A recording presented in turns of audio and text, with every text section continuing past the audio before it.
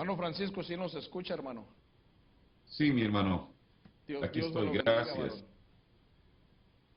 Dios lo bendiga, hermano. Vamos a dejarle el tiempo a usted, hermano, y que el Señor le use en esta tarde. Estamos agradecidos que usted pueda estar con nosotros también, compartiendo este gozo, mi hermano, como dice la palabra de Dios. Dios me lo bendiga y adelante, hermano. Amén, hermano. Muchas gracias. Bueno, Dios bendiga a cada uno de ustedes, amados hermanos. Les saludo en esta noche en el nombre de nuestro Señor Jesucristo. Primeramente agradezco al Señor por la oportunidad que Él me da de poder dirigirme a ustedes y también quiero hacer patente mi agradecimiento al pastor Jesús Martínez del Tabernáculo de Dios en Fort Texas por la amable invitación que me hizo para poder compartir con ustedes la palabra del Señor, la cual en esta tarde quiero tomar una escritura en la epístola de San Pablo a los Hebreos, el capítulo 6, versos 18 al 20. Bienvenidos a este magno evento, a esta magna reunión de su 22 aniversario. Realmente es un gusto el poder compartir con ustedes la palabra del Señor en un evento tan memorial como este. Así que vamos a tomar la escritura en Hebreos 6, versos 18 al 20, y luego estaremos orando a nuestro Dios.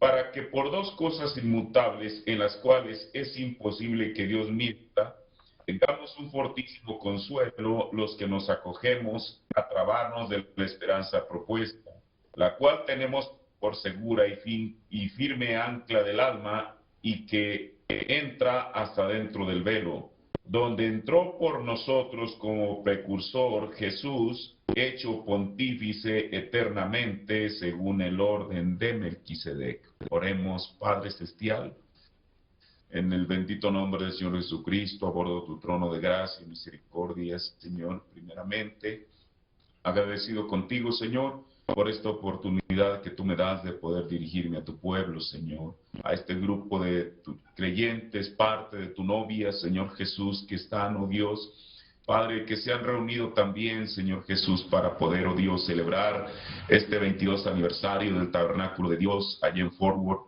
Señor, te ruego, Padre, que tú bendigas sus corazones y que tú me ayudes a mí, Señor, en la exposición de tu palabra, que ella pueda ser de beneficio para tu pueblo, Señor, y que cada uno de nosotros, Señor Jesús, podamos ser bendecidos con tu palabra, Señor.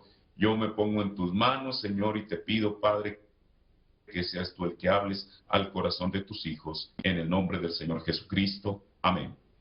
Pueden tomar su asiento, amados hermanos.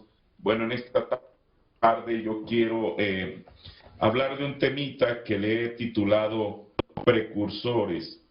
Y bueno, pues voy a estar tomando algunas cosas de la Biblia y el mensaje para poder darle forma a este tema que el Señor ha puesto en mi corazón para hablar con ustedes. Bueno, primeramente quiero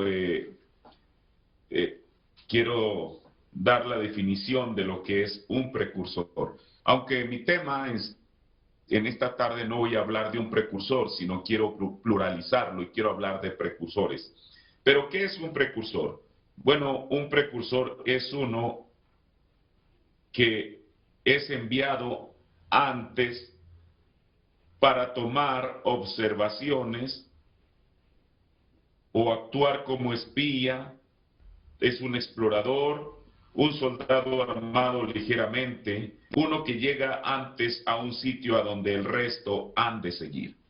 Y bueno, para mi tema quiero tomar esta última definición, que es uno que llega antes a un sitio a donde el resto ha de seguir, para poder hablar de precursores. Mire, y para poder hablar de este tema, quiero remontarme o quiero regresar o ir hasta el huerto del Edén. La Biblia nos dice que cuando el hombre cayó en el principio, Dios no le quiso delegar aquella tarea tan importante y aquella responsabilidad tan delicada de rescatar al hombre caído a ningún arcángel, a ningún ángel, a ningún serafín ni a ningún querubín.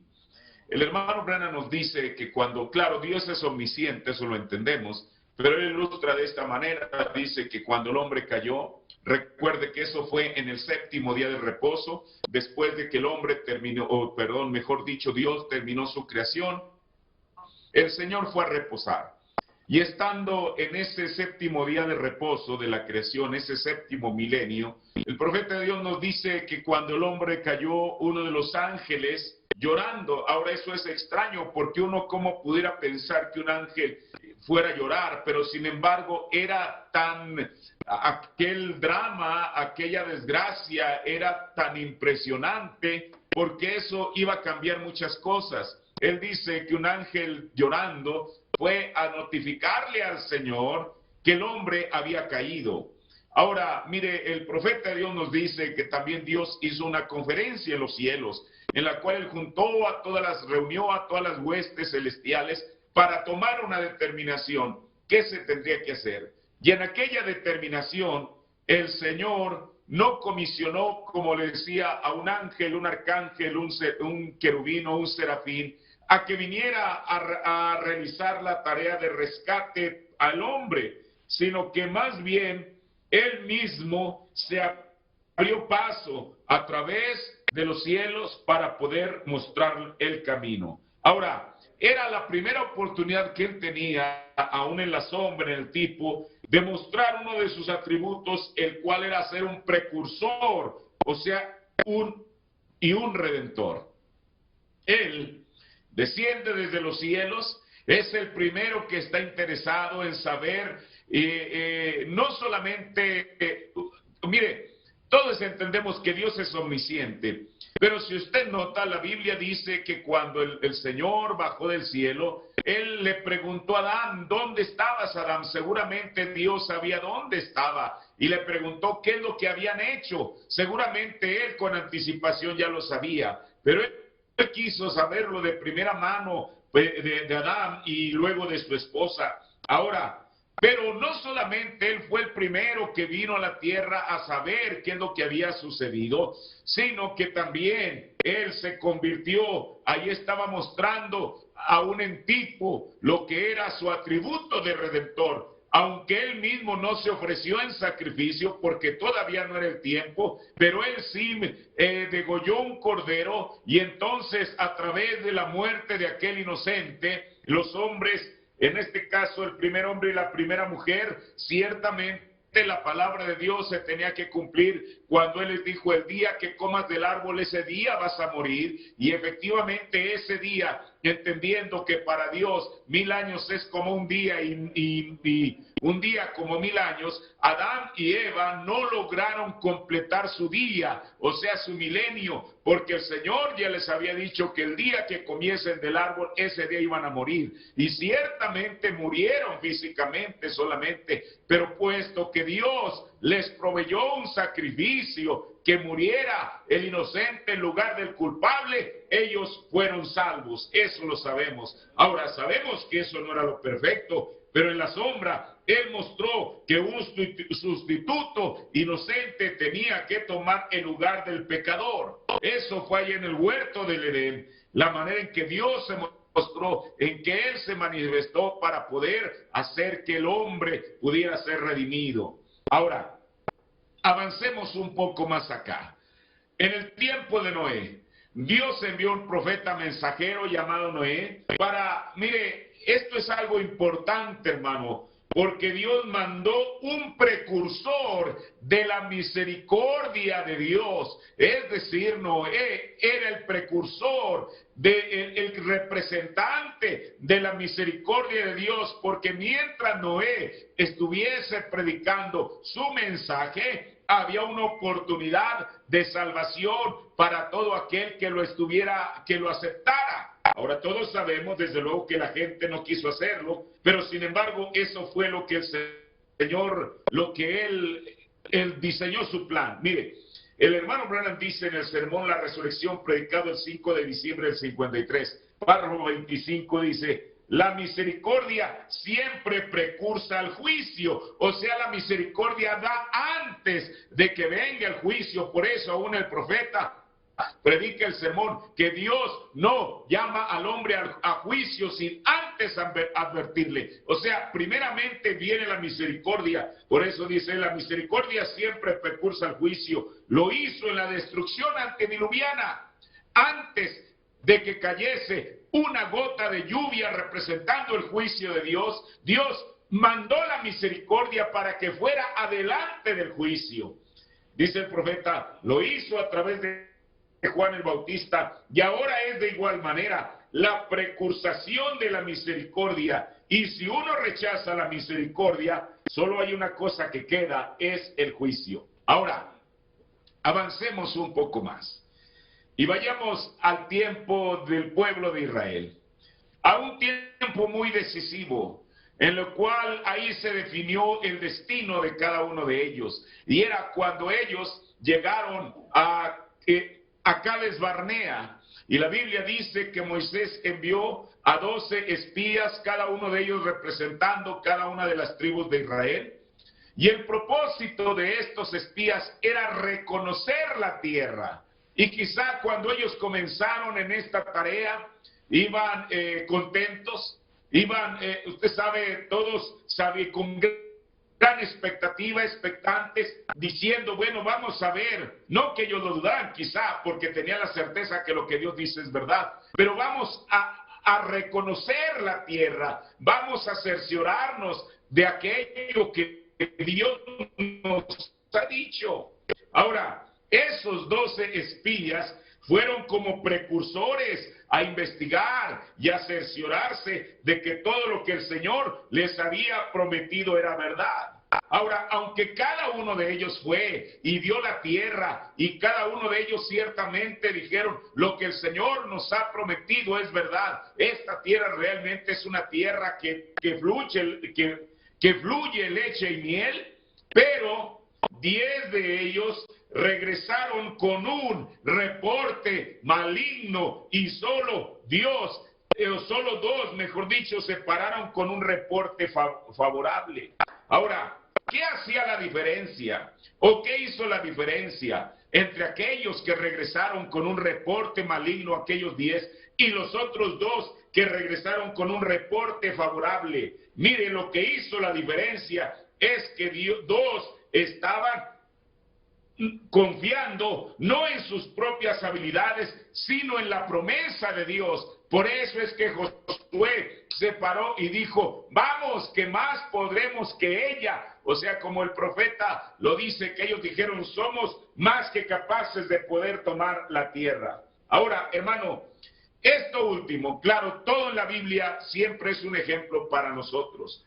Pero esto último que estamos viendo acerca de aquellos espías que fueron a reconocer la tierra, aquí tenemos una gran lección que aprender, hermano, que hoy en día, en medio de todas las dificultades y el desánimo que trae, no solamente las circunstancias actuales, sino también el desánimo que trae el enemigo a la vida diaria de cada cristiano, lo único que nos puede mantener con la actitud correcta hacia las promesas de Dios es confiar en ellas.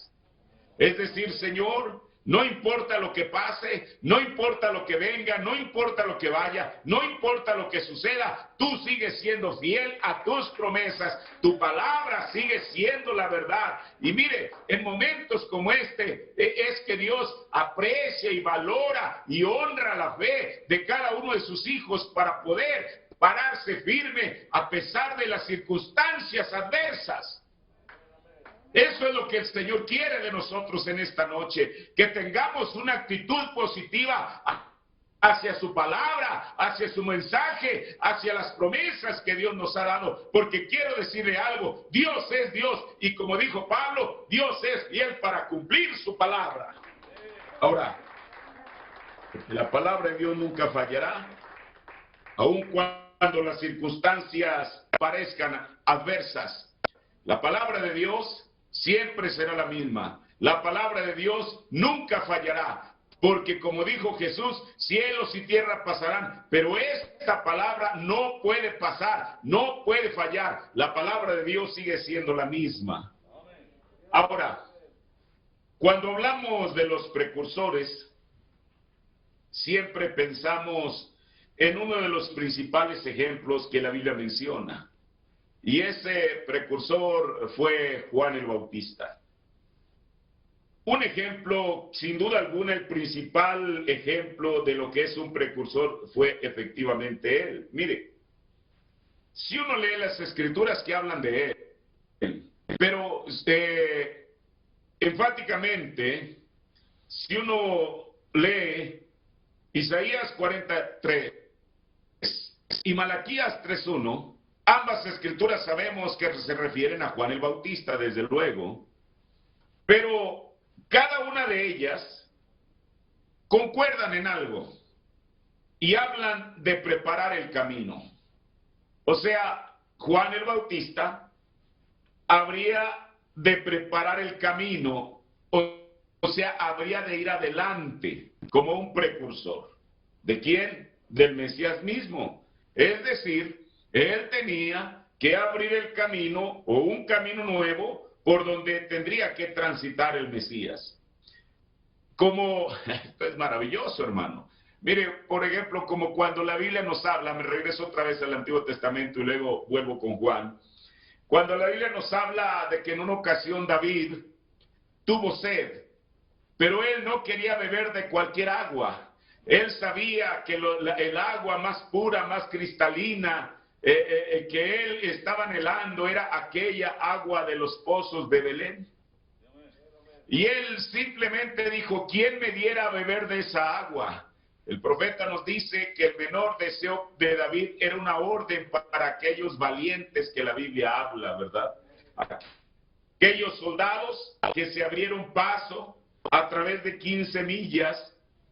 ¿Por qué? Ahora, esto es tremendo, hermano. ¿Por qué? Mire, porque esto es lo que es un precursor, aquel que se abre paso. Ellos se abrieron paso a través de aquellas 15 millas de soldados filisteos para poder llegar hacia el pozo de Belén y traer la ración de agua que David estaba necesitando. Aunque sabemos que al final David no la bebió, sino que la derramó a tierra, diciendo, ¿cómo es que yo puedo tomarme, aunque sea este vaso de agua que costó el sacrificio de estos soldados que valientemente se abrieron paso para poder traerla hasta aquí? Ahora, ese es un gran ejemplo de lo que son precursores. Pero regreso a Juan.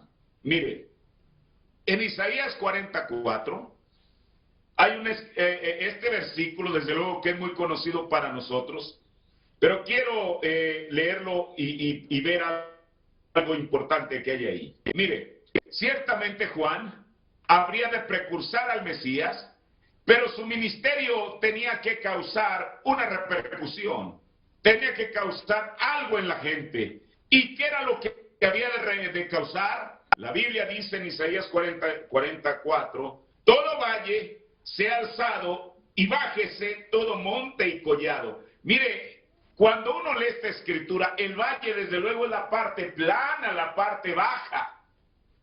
Pero sin embargo la Biblia dice que el ministerio de Juan lo que haría sería que alzaría los valles y que los montes, los collados, la parte alta sería bajada y lo torcido se enderece y lo áspero se allane. Ahora, desde luego que aquí la Biblia está hablando en un sentido figurado, en una metáfora. No es que literalmente los valles iban a alzarse o que los montes y collados se iban a bajar. Pero entonces, ¿a qué se refiere la Biblia en esta profecía? ¿A qué se refiere específicamente? ¿Cuál sería la repercusión, el impacto que el mensaje de Juan tendría que causar? Mire, eso se cumplió desde luego en el ministerio de Juan, donde los valles fueron alzados y donde los montes fueron bajados, mejor dicho. Mire, vamos a ir al Evangelio de San Lucas, el capítulo 7, versículo 29 y 30. Lucas 7, 29 y 30. Y mire, aquí vemos el cumplimiento exacto de aquello a lo cual la Biblia se refería en Isaías 44. Mire lo que dice el verso 19. Y todo el pueblo oyéndole, y los publicanos. ¿Quién era el pueblo común y los publicanos? Bueno, era la gente de abajo. Los publicanos para los judíos eran pecadores, eran gente despreciable, o sea, era digamos así, dentro de la sociedad judía, eran los más bajos. Y dice, y todo el pueblo oyéndole, y los publicanos justificaron a Dios, bautizándose con el bautismo de Juan. ¿Quiénes eran aquellos que estaban justificando a Dios por el bautismo con el bautismo de Juan? Bueno, era el pueblo más bajo, es decir, el valle, tal y como Isaías lo había profetizado. Pero miren el verso 30. Mas los fariseos y los sabios de la ley. ¿Quiénes eran los fariseos y los sabios de la ley? Bueno, eran las personas que aparentemente tenían un nivel espiritual más elevado, porque eran la gente más religiosa, eran los que más conocían la ley. Si a eso lo vemos de esta manera, podemos decir, ellos eran los montes a los cuales Isaías se había referido. Pero como ya vimos, si los publicanos y el pueblo común, que eran los valles, fueron alzados, ¿cómo fueron alzados? Porque realmente ellos fueron los que recibieron el beneficio del mensaje de Juan y fueron bautizados. Ahora, más los fariseos y los sabios de la ley, ¿qué fue lo que hicieron? Desecharon el consejo de Dios contra sí mismos, no siendo bautizados de él.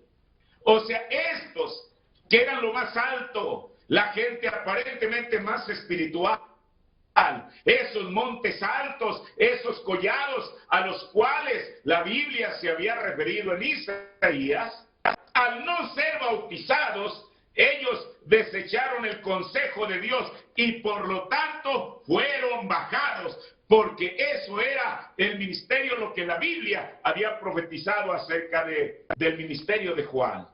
Por eso, mire, el profeta de Dios nos dice que cuando Juan estaba en la cárcel, él envió a unos mensajeros a preguntarle a Jesús, ¿eres tú el Mesías o hemos de esperar a otro? Ahora, mire, el hermano Branham nos explica la razón, le voy a decir por qué. Porque mire, la Biblia nos dice que Juan, en Juan 1:1, el capítulo 1 de Juan, mejor dicho, él apuntó a la gente y dijo, he aquí el Cordero de Dios que quita el pecado del mundo. O sea, Juan estaba declarando que aquel Jesús era el Mesías. Sin embargo, ya estando en la cárcel, él parece como que ya no está seguro. Y dice, vayan y pregúntenle. Ahora, quizá Jesús, a lo mejor en un acto de indignación, bien pudo haber dicho, pues que ahora sí que como dijo el profeta de Dios, ¿qué clase de precursor es este? Primero dice que soy el Mesías y ahora ya no está seguro. Pero Juan entendía perfectamente la condición, o Jesús entendía perfectamente la condición de Juan. Por eso, el profeta de Dios dice, cuando la gente esperaba que Jesús dijese lo peor de Juan, fue cuando Jesús dijo lo mejor. ¿Qué fue lo mejor? Cuando dijo Jesús esas hermosas palabras, de entre los nacidos de mujer, no ha habido otro, un profeta mayor que Juan el Bautista. ¿Por qué? Porque es a Juan a quien le había tocado introducir al Mesías. En otras palabras, él era el precursor. Pero mire, hay algo muy importante que el profeta dijo también acerca de Juan. En el sermón ¿Qué salisteis a ver?, predicado el 10 de octubre del 59, párrafo 25. Juan predicó el bautismo del Espíritu Santo. Él nunca predicó algo que no tenía. Él predicó lo que había recibido. Y los hombres de Dios han sido enviados, y los hombres de Dios que han sido enviados hacia los campos hoy en día no tiene ningún derecho de predicar el Evangelio sin el bautismo del Espíritu Santo. Esa es la primera calificación de un ministro, es ser lleno del Espíritu Santo. Por eso, sabemos que Juan, como el precursor, fue una de las primeras personas en recibir el Espíritu Santo antes de Pentecostés. Sabemos que en el día de Pentecostés fueron 120, pero Juan, para Pentecostés, él ya había muerto. Por eso Juan fue una de las primeras personas en recibir el Espíritu Santo, porque también la Biblia nos dice en el libro de San Lucas que tanto Elizabeth y Zacarías también lo habían recibido. Pero Juan, lo más maravilloso y lo más sorprendente es que dice la Biblia que él lo recibió desde el vientre de su madre.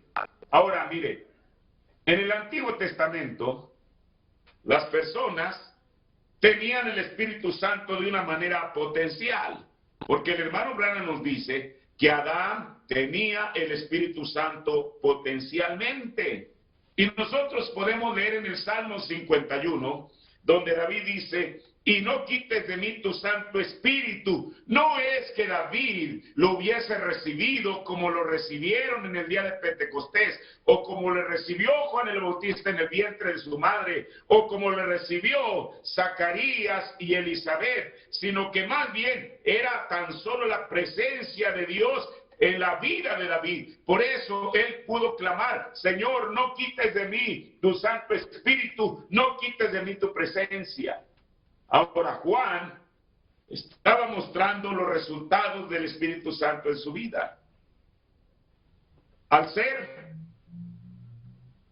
predicar el mensaje tan maravilloso que él predicó. Y sabe una cosa, como lo acabamos de ver en el libro de Lucas, aún lo más menospreciado, lo más vil, aquello que era menos tomado en cuenta, fueron aquellos que estuvieron dispuestos a recibir el mensaje de Juan y por lo tanto a ponerlo por obra al bautizarse.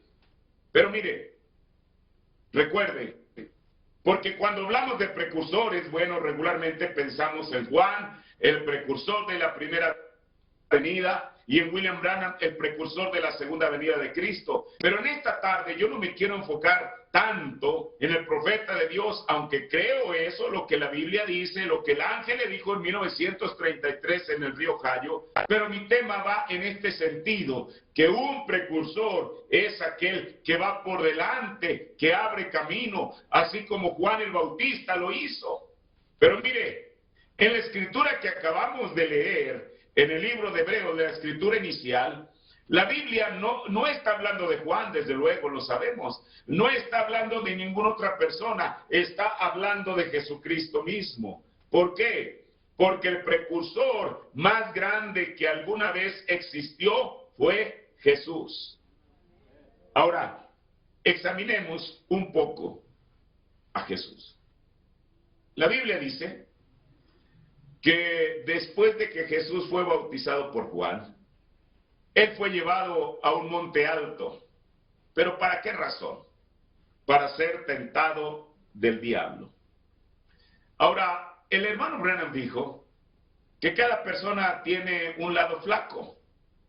Y mire, esto que yo le voy a decir, ojalá y no le suene ofensivo, porque esto es lo que el mismo hermano Branham dijo. Bueno, nosotros le llamamos lado flaco, él le llamó un punto débil, para que no se oiga así, de una manera quizá tan fuerte.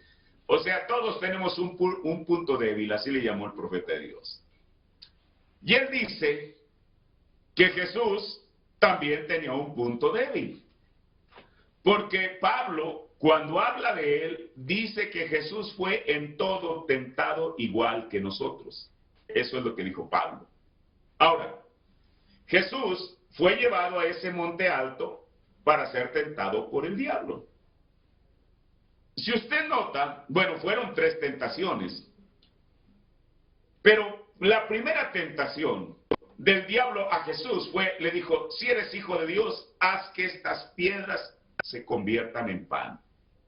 Ahora mire, el diablo, él conocía a Jesús, lo conoció desde que él nació, siendo un bebé, siendo un infante, siendo un adolescente, siendo un joven, siendo un adulto.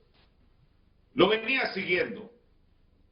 Y el diablo sabía perfectamente cuál era el punto débil de Jesús.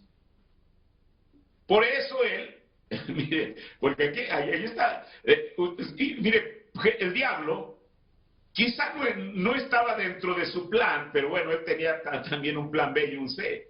Pero él no estaba quizá dentro de su plan tentar a Jesús con otras cosas. Por eso, lo primero que él le ofreció a Jesús, o que le dijo, fue que convirtiese las piedras en pan. Ahora, tomemos esto. Jesús tenía 40 días de ayuno.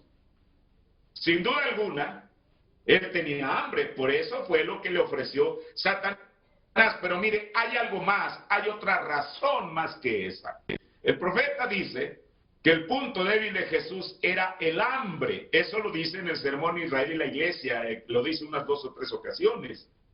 Por eso, imagínense usted, él estando en esa condición, Satanás sabía, él casi tenía la certeza, que si el punto débil de Jesús era el hambre. Segundo, tenía 40 días en ayuno, entonces seguramente con la primera tentación iba a caer Jesús. Ahora usted dice, bueno, y William Branham, ¿de dónde fue que él, de dónde obtuvo la información de que el punto débil de Jesús era el hambre? Mire, la Biblia dice, Jesús mismo dijo, hablando de Juan el Bautista, que la gente decía que él era un bebedor de vino, pero, escuche, dijo, cuando hablan del Hijo del Hombre, dicen, he aquí un comilón.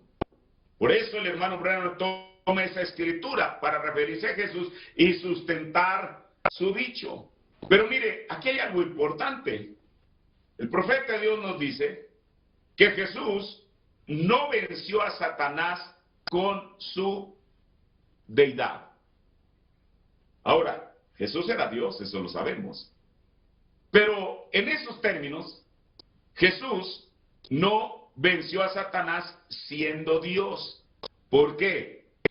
Porque él estaba pensando en nosotros, hermano. Porque hay una gran diferencia entre Jesús y nosotros. Nosotros somos seres humanos. Él era Dios.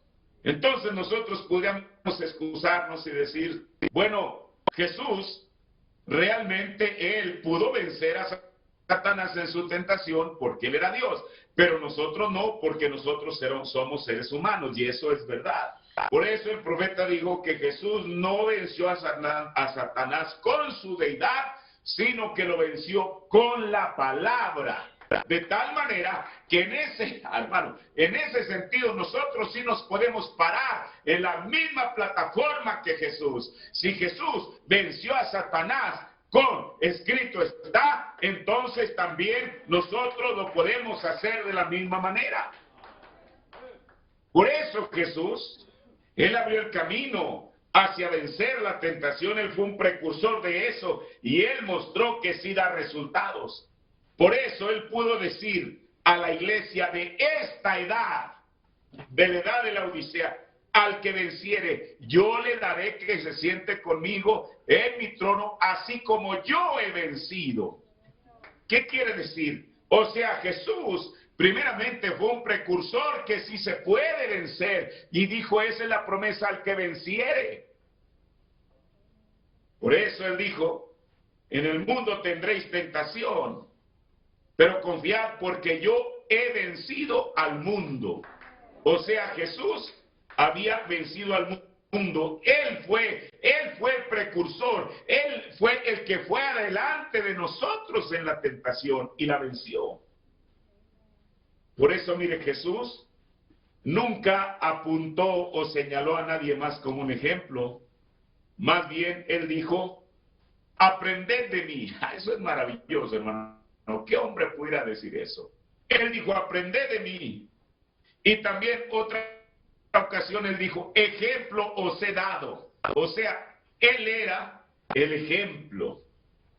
Él nunca demandó algo de nosotros que él mismo no hubiese probado. Por eso, cuando él habló en las bienaventuranzas de poner la mejilla, Si te golpean una mejilla, tú pon la otra. Satanás quiso demostrar que eso Jesús no solamente lo había predicado, sino que Jesús era capaz de vivir sus sermones. ¿Por qué? Porque cuando Jesús estaba para ser crucificado, Satanás dijo, vamos a ver si este predicador vive lo que predica. Hace aproximadamente 3 años y medio, yo recuerdo que en un sermón, él les dijo a sus seguidores que si alguien les golpeaba en una mejilla, que ellos pusiesen la otra. Entonces, ¿qué fue lo que hizo Jesús? Efectivamente, él mostró que que aún en eso él era el precursor. Mire, el profeta Dios dice en el sermón de Melquisedec, el gran príncipe y rey, en el párrafo predicado el 9 de enero del 55, en el párrafo 43, dice, esta bendita esperanza que tenemos, Cristo el precursor ya ha venido. ¿Saben ustedes lo que es un precursor? Algo que corre antes o va delante de. Cristo, siendo el precursor entonces de nuestra salvación, vino a la tierra y para ser un ejemplo de una iglesia, que la iglesia habría de consumar sus obras o continuar sus obras después que él había completado su sacrificio en el Calvario, ¿lo ven? Noten, luego nació en humildad, ¿correcto? En un pesebre. Se hizo mofa de él como se haría de ustedes o de cualquier otro que le sirva, pero también estaba en la tierra el que no hizo acepción de personas. Él amó a todos, él sanó a todos, él bendijo a todos, él hizo el bien a donde quiera que fue. Él entregó su vida como un sacrificio, murió, fue sepultado, resucitó, ascendió arriba como un precursor para nosotros. El mismísimo Espíritu que estaba sobre él ha regresado para estar con la iglesia, para dirigirla y guiarla. Hermano, entonces en todo fue Jesús el precursor. Eso fue un gran ejemplo. Él abrió el camino. Él fue delante de nosotros para demostrarnos que sí se puede vivir conforme a la palabra de Dios. Miren el sermón, él juró por sí mismo, predicado el 12 de diciembre de 1954, en el párrafo 237 al 239 dice, el precursor, el hombre que entró por nosotros, y como el que vino y tomó nuestro lugar, nadie más sino Dios mismo. Él descendió y él mismo se hizo un hombre para ser un precursor, para probarle a la gente. ¿Por qué? Él juró por un juramento que él lo iba a hacer. Él juró que él nos iba a salvar. Él juró que nosotros lo podíamos hacer. Él nos juró estas cosas por él mismo. Entonces, él descendió y fue hecho un precursor. Él mismo se hizo un precursor. Él entró aquí en el mundo y vivió en el mundo con el pecado todo alrededor de él y sin embargo por encima del pecado porque él confió en Dios. ¿Es correcto eso? Mire, es maravilloso el considerar a Jesús como esa clase de precursor. Aquel que fue capaz de vencer la tentación, de vencer la humillación, de vencer todo lo que él tuvo que vencer, incluso de vencer la muerte misma. ¿Para qué lo hizo? Precisamente él nos abrió camino a nosotros. Pero mire, hay algo más glorioso todavía que esto. Mire, el hombre siempre ha mirado a la muerte como un gran misterio, donde no sabe qué hay más allá de esta vida. Pero Jesús fue y probó la muerte, o sea, él participó de la muerte. Pero mire, lo más glorioso es que él dijo en Apocalipsis, yo soy el que vivo y estuve muerto. El hermano Branham dijo, esas palabras no pudieron haber sido de un ser humano en común, dijo, porque nosotros decimos, yo soy el que vivo y morí. Pero sin embargo Jesús, él dijo, yo soy el que vivo y estuve muerto. O sea, lo contrario, él murió y luego vivió. Ahora, mire, Job, en el Antiguo Testamento se preguntaba qué sería del hombre después de la muerte. Y Pablo tenía la certeza de lo que la muerte representaba para un cristiano. Mire, en Hebreos, capítulo 6, parte 3, predicado el 15 de septiembre del 57, párrafo 6, 24 al 6, 25, dice el mensajero. Con razón uno puede mirar a la muerte en la cara y decir, ¿dónde está tu aguijón? Sepulcro, ¿dónde está tu victoria? Que eso efectivamente fue lo que exclamó Pablo. Pero gracias a Dios quien nos da victoria por medio de nuestro Señor Jesucristo. Estamos en el precursor. Oh, hermano, dice, tuvimos un precursor para nosotros. O sea, qué cosa. La razón que Pablo pudo decir, ¿dónde está tu muerte, dónde está tu aguijón? Y sepulcro, ¿dónde está tu victoria? No es porque él ya había probado eso, sino porque él estaba confiando en aquel que ya había dicho, yo soy el que vivo y estuve muerto. O sea, estuve muerto, pero vencí al sepulcro y vencí a la muerte. Y se profetaba un precursor. ¿Se han fijado ustedes en los días del antiguo oeste? He cruzado muchas veces esos caminos antiguos. Un precursor, un explorador, cuando la caravana de carretas estaban pereciendo por agua, el explorador corría adelante y él, viendo las tribus de los indios, las pasaba y él veía en donde había una fuente de agua. Él regresaba rápidamente para decirle al jefe de la caravana de las carretas, apresuren los caballos, todos cobren ánimo, pues pasando la montaña hay una gran fuente de agua. Él es un precursor. Aquí dice el profeta, el precursor, el hombre una vez fue atrapado por el diablo bajo una ráfaga de fuego, pero alguien tomó el nido de la ametralladora. Ese fue Jesús. El precursor ha ido delante de nosotros y Satanás, parado allí con una ametralladora, nos tenía atrapados, siempre en esclavitud y temerosos de la muerte. Él estaba vigilando esa fuente, seguro que sí. A él le fue dada esa comisión porque nosotros habíamos pecado y habíamos sido apartados de él. Pero el precursor Cristo entró y tomó el nido. Él tomó el control, él fue, él caminó el camino de la muerte, sintió los dolores, los estertores de muerte que una persona sufre, pero él fue y conquistó eso.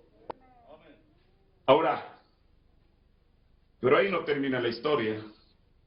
Mire, la palabra de Dios es sin principio ni fin, hermano.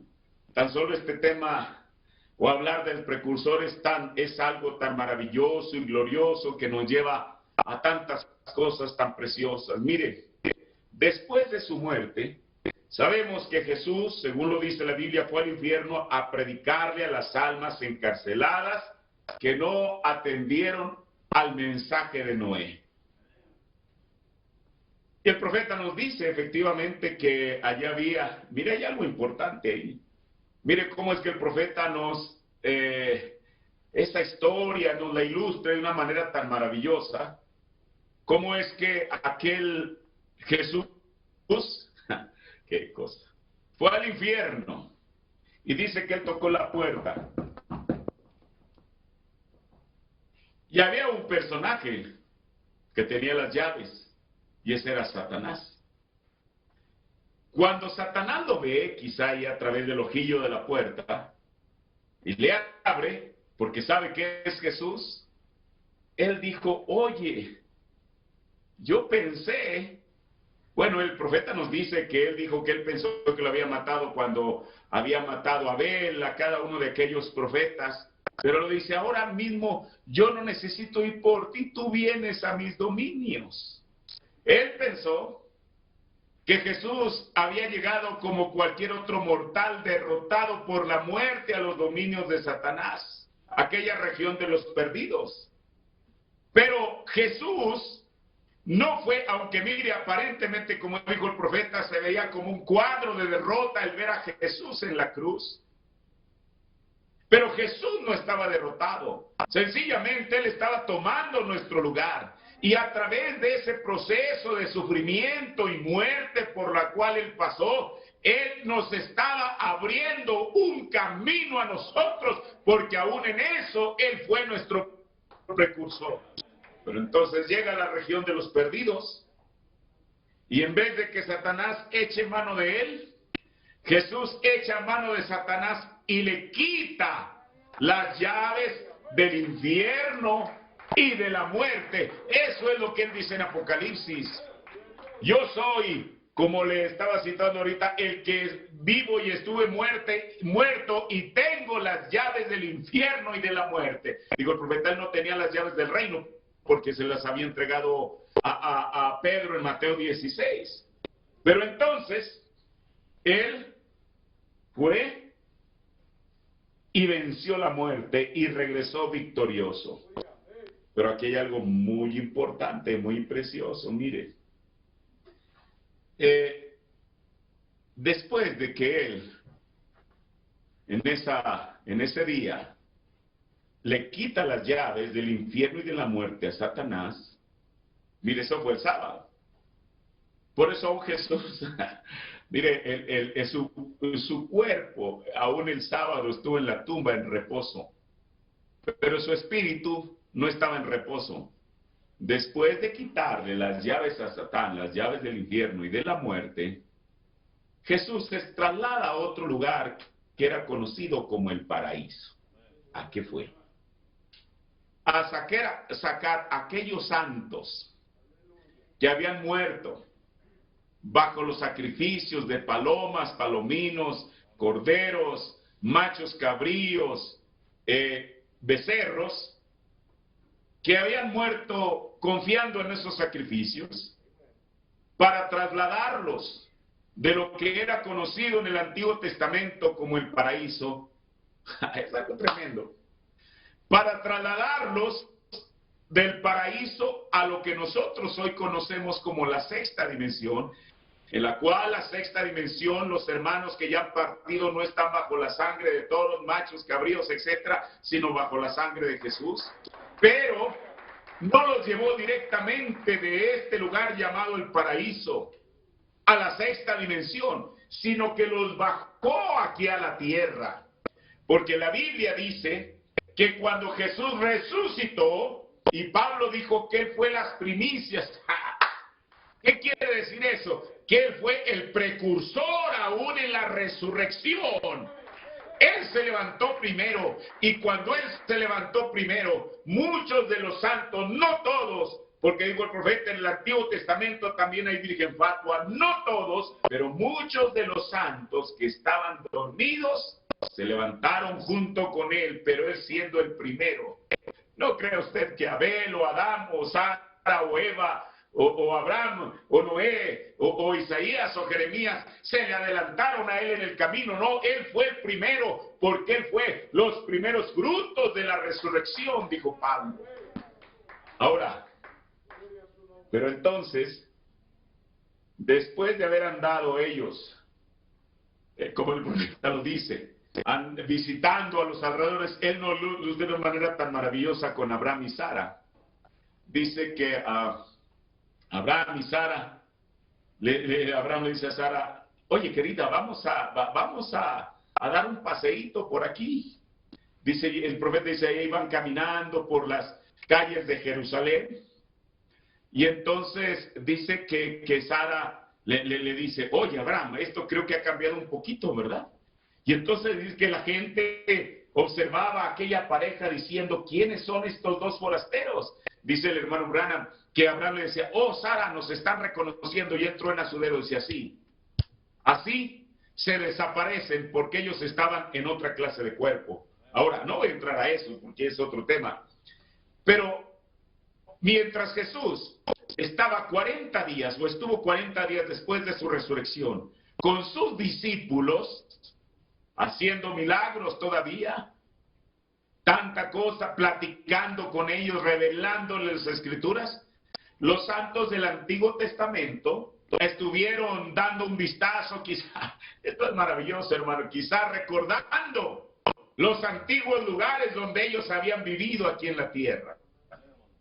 Pero en el día 40, Jesús les llama y les dice, es tiempo de emprender lo que el profeta llamó un desfile de la tierra a la gloria.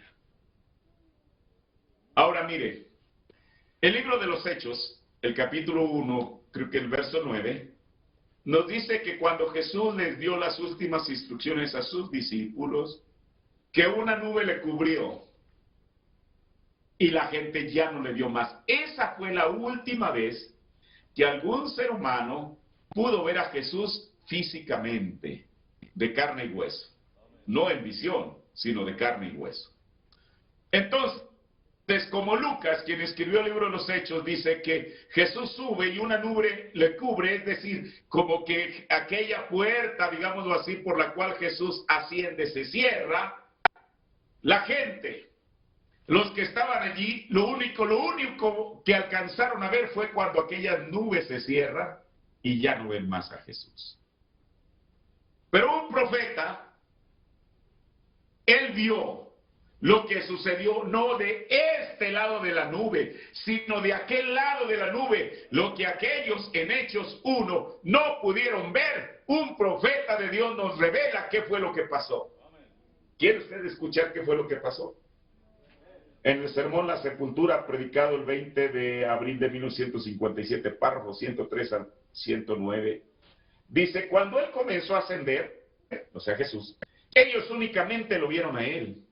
Pero los santos del Antiguo Testamento iban con él. Pues la Biblia dice, él llevó cautiva la cautividad y dio dones a los hombres. Y mire lo que el profeta dice, yo puedo verlo a él mientras asciende y se une con la iglesia. Mire, esto es un paralelo de Apocalipsis 11. Porque, mire, así como a Jesús, cuando él subió, una nube le cubrió. La Biblia dice en Apocalipsis 11 que cuando los dos testigos son muertos, espíritu de vida vuelve a ellos y son levantados y una nube les cubre. Pero quiero decirle esto. La Biblia no menciona que los santos del Antiguo Testamento hayan subido junto con Jesús. Eso es algo que el profeta nos reveló. La Biblia tampoco dice que los 144,000 suben junto con Jesús cuando la nube les cubre, pero ese es algo que el profeta también nos reveló. Por eso dice la Biblia, o dice el profeta, y yo puedo verlo a él mientras asciende y se une con su iglesia.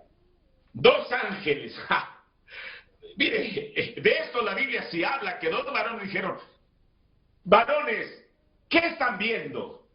A este mismo Jesús que ustedes vieron ascender, así volverá. Eso sí lo registra la Biblia. Pero hay otras cosas que la Biblia no registra que el profeta nos va a decir. Dos ángeles dentro de esa banda. ¿Qué banda? Era una banda de música. Mire, esto es maravilloso, hermano. Quiere decir que esos dos varones que les dijeron, ¿qué están viendo? Estaban de aquel lado de la nube, eran parte de una banda de música, quizá dejaron por ahí el instrumento, la trompeta, ahí en el lugar donde se pone la trompeta, y descendieron para decirles, a este Jesús que ustedes vieron irse, así ha de venir. Dice el profeta, y dijeron, vosotros varones de Galilea, ¿por qué están mirando hacia arriba? Pues este mismo Jesús que fue tomado viene otra vez, ciertamente. Y dice el profeta, ellos se dieron prisa a unirse de vuelta con la procesión. Y allá por los cielos se fueron Jesús y los santos del Antiguo Testamento. Ellos pasaron la luna, pasaron el sol, pasaron las estrellas. Y cuando tuvieron a la vista aquellos cielos hermosos y blancos, los santos del Antiguo Testamento gritaron, levantaos vosotras, puertas eternas, levantaos, levantaos vosotras puertas eternas, levantaos y que entre el Rey de Gloria. Usted sabe que el hermano Branham está citando el Salmo 24. David lo habló con inspiración, pero mire, el profeta de Dios a través del mensaje, él nos está diciendo qué parte de este salmo le tocó cumplir a cada uno de ellos. Los santos del Antiguo Testamento dijeron: alzados puertas eternas vuestras cabezas, y alzaos vosotras puertas eternas, y entrará el Rey de Gloria. Y mire lo que el profeta dice: y todos los ángeles se reunieron en la parte superior de los barandales del cielo y dijeron: ¿quién es este Rey de Gloria? Lo que está diciendo el salmista en el Salmo 24:8. Los santos del Antiguo Testamento dijeron: Jehová de los ejércitos, poderoso en batalla, él fue un conquistador.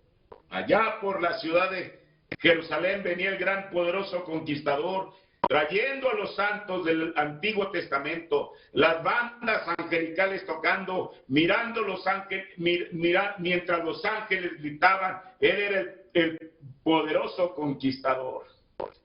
O sea, era algo maravilloso, hermano. ¿Cómo es que Jesús aún fue el precursor para entrar al cielo? Y Él nos ha dado a nosotros la misma promesa. Mire, en el sermón Hebreos, capítulo 6, parte 3, párrafo 627 al 628, ya estoy terminando. Dice, el precursor, Él nos dice, hay un lugar un poco más allá donde uno nunca muere, nunca envejece, donde no habrá arrugas, donde usted no tendrá que usar Max Factor para lucir agradable para su esposo. El precursor ha ido adelante. No es un lugar donde uno envejece y se cansa y está tembloroso.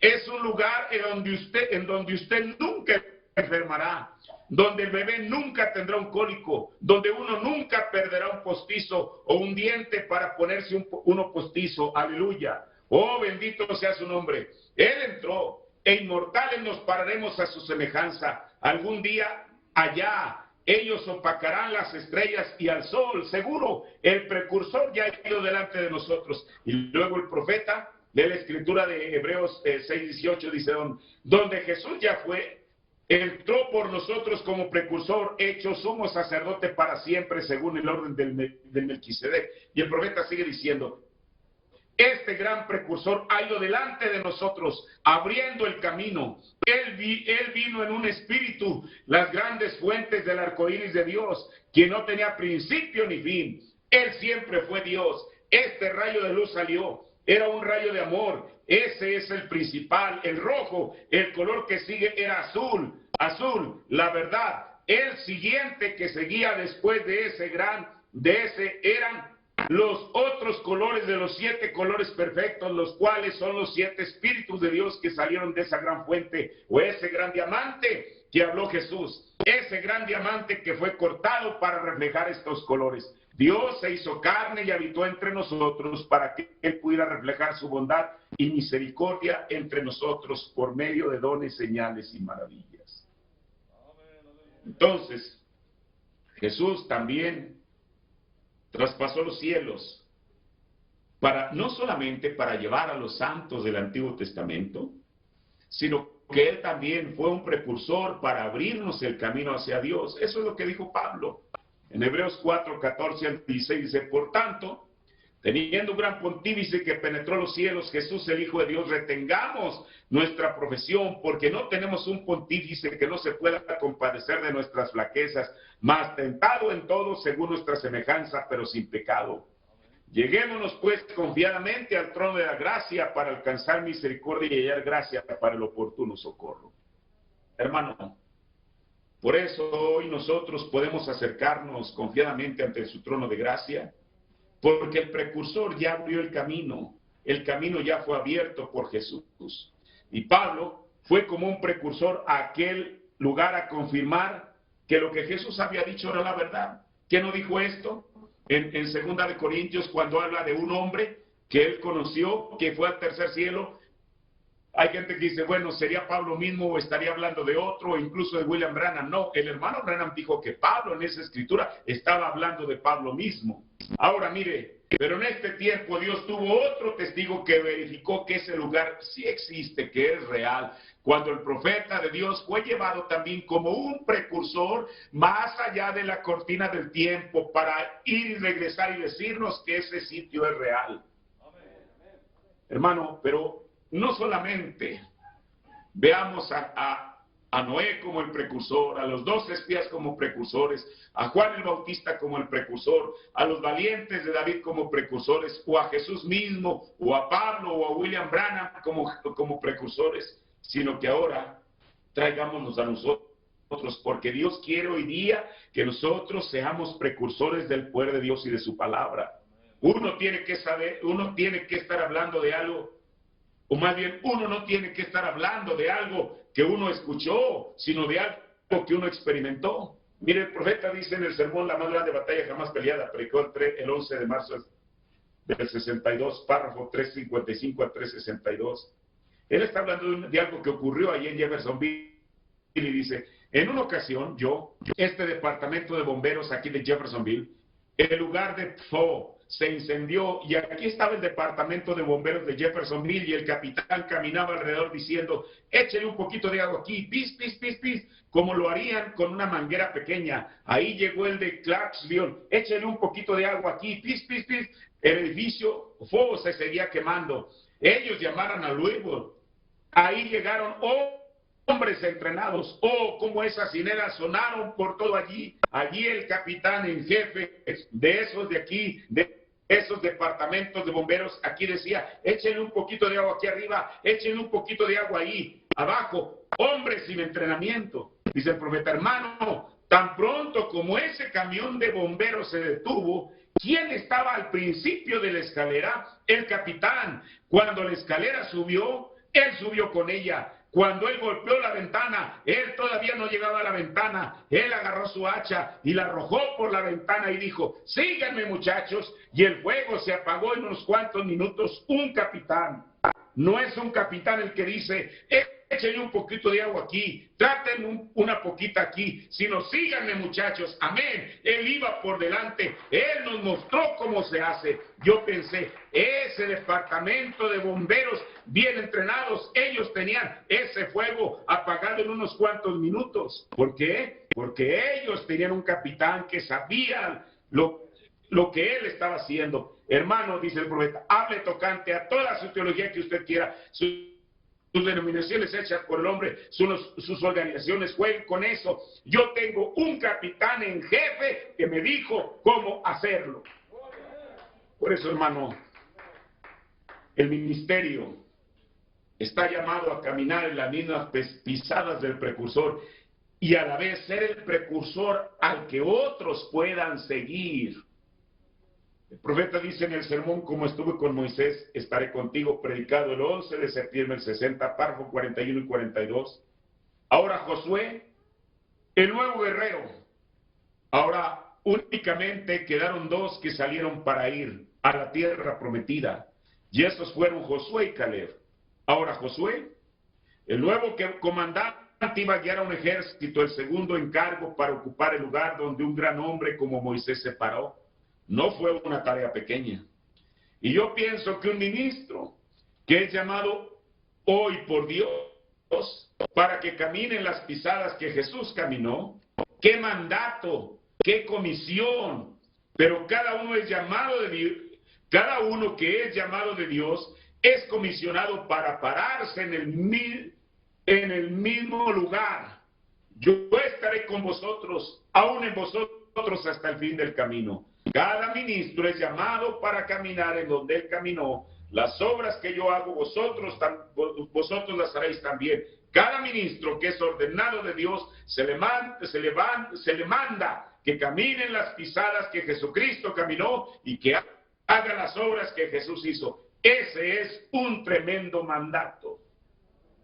Entonces, cada uno de nosotros como ministros tenemos que ir adelante, tenemos que ir abriendo brecha para poder ser precursores y poder apuntar a la gente hacia el lugar correcto. hacia el premio de la soberana vocación en Cristo de la cual se refirió Pablo. Hermano, pero no solo el ministro, sino que cada cristiano debe ser un precursor del poder y las bendiciones del Señor, de tal manera que les pueda mostrar a otros el camino. Aquellos que están extraviados, que no saben a dónde mirar, que Dios pueda tener en cada uno de ustedes, amados hermanos, un precursor que le pueda decir al que está sumido en las drogas, en la depresión, en la prostitución, en cualquier pecado, que pueda decirle, mira, yo te voy a mostrar el camino, hay algo mejor que eso que tú tienes, y te voy a mostrar el camino porque yo ya fui y vine y probé. Por eso dice la Biblia, venid y probad que el Señor es bueno. Dios quiere precursores, hermano, que otros puedan ver esas huellas y seguirlas. Así que en esta noche yo confío que estas palabras que hemos leído de la Biblia y del mensaje puedan ser de beneficio para nosotros, hermano, y que nos den aliento, que realmente vimos esos grandes precursores, el principal de ellos, el Señor Jesús.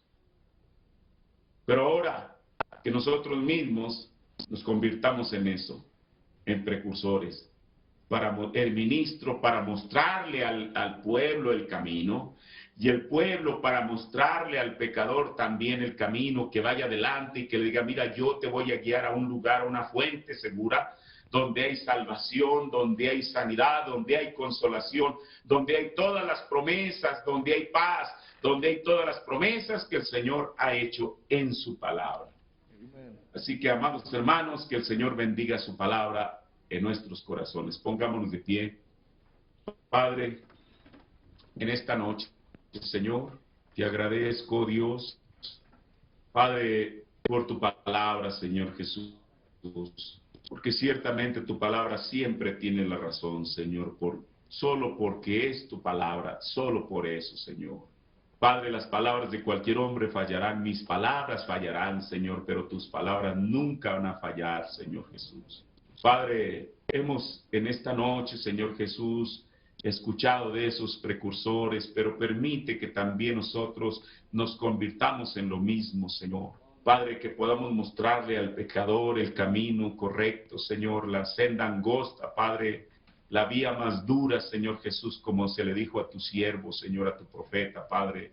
Te ruego, Señor Jesús, que esto pueda ser de inspiración en estos tiempos complicados en los que vivimos para cada uno de tus hijos, Señor, que pueda ser como un vaso de agua fresca, Señor, que nos anime a no estar, Señor, en un estado depresivo, apesadumbrados o tristes, sino al contrario, Señor, que nos podamos levantar, Señor Jesús, y Padre Celestial, ser el precursor correcto, Padre, que a través de nuestro testimonio, a través, Señor Jesús, de unas palabras, Señor Jesús, de unas palabras sabias, Señor, que han de caer en el corazón necesitado como un bálsamo, como una medicina, como dice tu palabra, ellos puedan ser guiados, Señor Jesús, a buen puerto, lo cual es la vida eterna. Gracias, mi Dios, gracias, Señor Jesús, por esta oportunidad que tú me diste de hablarle a tu pueblo. Gracias, Señor Jesús, por la inspiración que tú pusiste en tu siervo de tener esta reunión para conmemorar el aniversario de su iglesia, Señor. Gracias, Padre, por la invitación que Él me hizo. Gracias por todas las cosas, Señor. Padre, permite, Dios, que aquellos que han hecho un esfuerzo para salir de sus hogares, Señor, y estar presentes para poder escuchar tu palabra, Señor, que tú les hayas dado, Señor Jesús, aquello que, Padre, que satisfaga sus almas, Señor. Yo te doy gracias por tu palabra en el nombre del Señor Jesucristo. Amén. Dios bendiga a cada uno de ustedes.